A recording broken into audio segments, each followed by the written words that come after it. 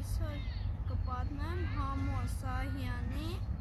բանաստեղծությունը «Քամու համբույրը»։ Քամու համբույրից դողաց մի տերև, շշուկով դիպավ իր հարևանին,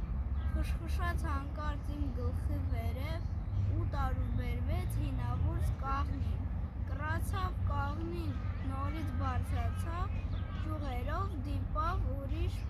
մի ծառի, և շշուկն այսպես ծառից ծառ անցավ, հասավ հեռավոր խորքերն անտառի, ալեկոծվում էր անտառը հուզված ու ոսկեզօծված գլուխն օրորում, իր մեծ գրկի մեջ քամու համբուրած փոքրիկ տերևն էր կարծես որոնում, խշշում էր անտառը ու տարուբերվում,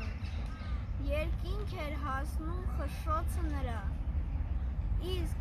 քամին ուրախ սուլում էր հեռվում և ծիծաղում էր անտառի վրա: Տեսություն: